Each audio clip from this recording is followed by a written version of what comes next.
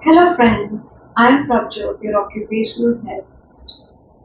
Sensory overload is commonly experienced even by neurotypical children, but specifically by autistic children.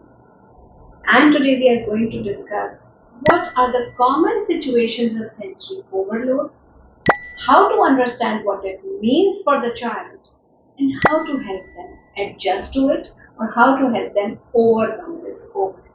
The first way in which your child can show sensory overload is they will shut their ears or they will go and hide under a table or a corner. You'll find them crying continuously. Usually, the reason for this is overload of three common sensory input, which is light, sound, and touch. This has become so much for the child to handle that they end up showing this behavior. Two common ways which help the child to reduce the sensory input and feel more safe is help the child either by changing the room, taking them to a quiet and safe environment where they can calm down before bringing them back. And secondly, these kids who frequently show this behavior are ideal candidates where you can use noise cancelling headphones. The second set of behaviors is the child keeps pacing in the house to and fro, or they climb onto things, furnitures, racks, shelves, or you find them fidgeting, which is the stimming part that you commonly observe. They are never steady.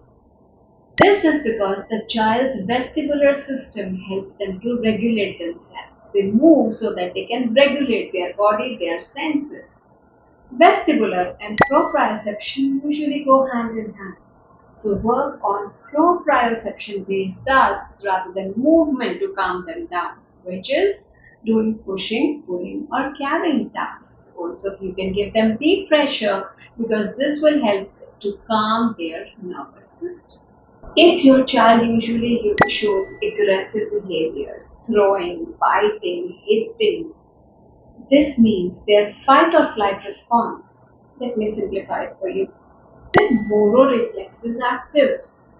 This Moro Reflex does not let them calm down. Everything in the environment startles them, actually stimulates their nervous system, overstimulates their nervous system and leads to anxiety.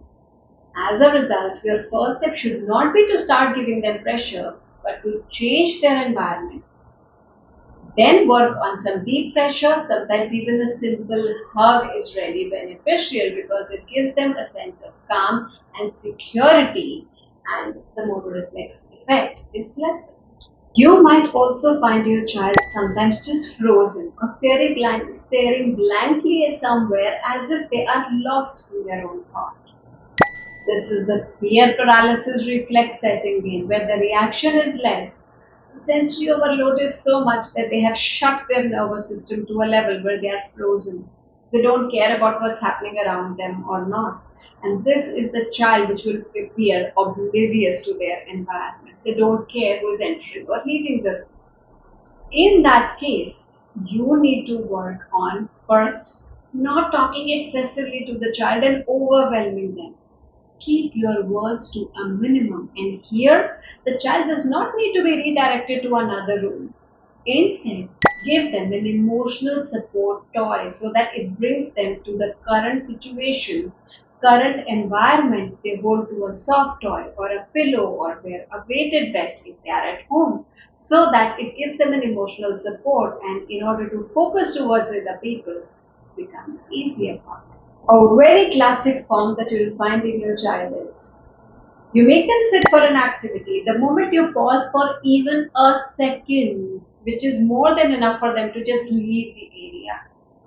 Or you'll find they try to talk rapidly if that is a verbal child, and they will be fidgeting continuously. They won't be steady in their place.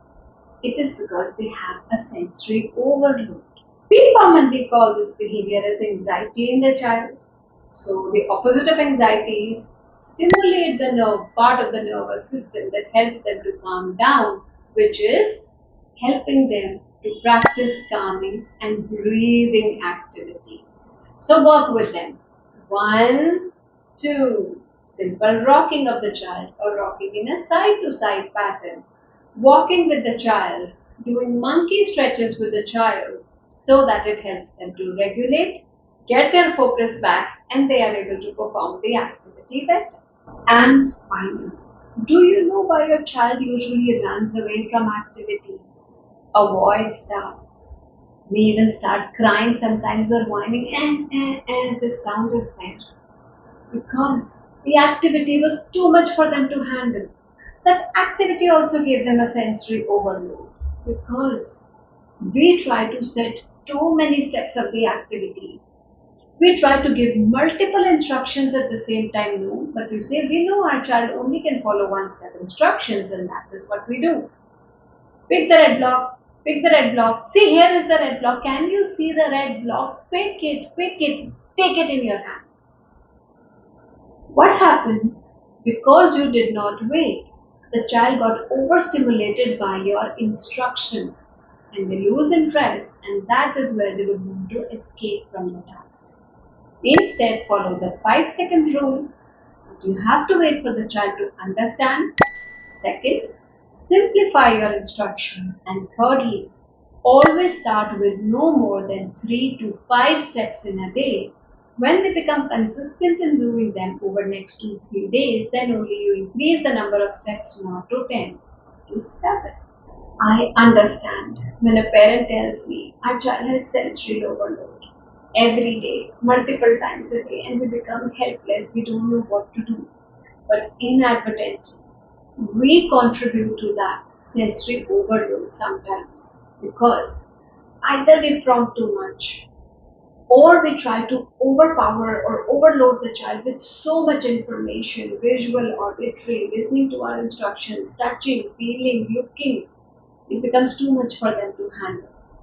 Instead, if we go at a slow pace and do not try to compare them with the typical child that they should learn at their pace, we will be able to work with our child in a much more functional.